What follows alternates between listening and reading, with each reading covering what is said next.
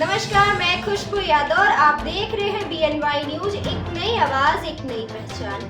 हम आपको प्रदेश और देश की तमाम खबरों से रूबरू कराते हैं। इसी सिलसिले में आगे बढ़ते हैं और देखते हैं कि आज की खबर में क्या कुछ है खास।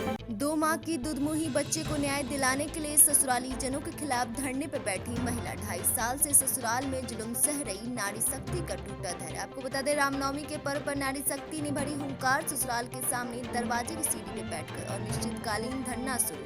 पीड़िता ने ससुराल सहित पूरे ससुराली जनों पर दर्ज कराया मुकदमा। पीड़िता के प्राइवेट रूम में CCTV कैमरा लगाकर ससुराली जनों ने 2.5 साल से किया शोषण।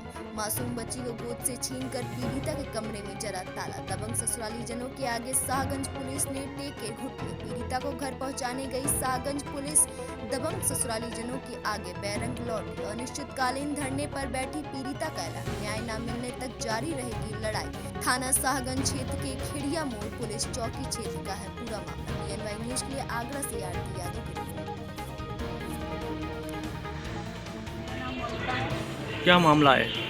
मैं सुबह अपनी बेटी को 8 बजे के समथिंग अपने रूम में गेट लगाकर लॉक करके कुछ सामान दुकान पर ले लिए। जब मैं वहाँ से लौटती हूँ वापस, तो मेरी बेटी को लेकर यहाँ खड़ी। फिर मैंने बेटी को ले लिया। मैंने मेरी बेटी को क्यों निकाला, तो उन्होंने मेरी बेटी को ज़मीन पर फेंक दिया।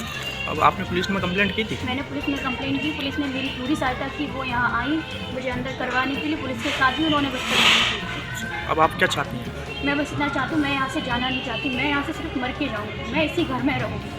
ये मेरी बेटी का अधिकार है। ऐसी तमाम और खबरों से हम आपको रूबरू कराते रहेंगे। तब तक के लिए हमारे साथ बने रहिए और देखते रहिए BNY।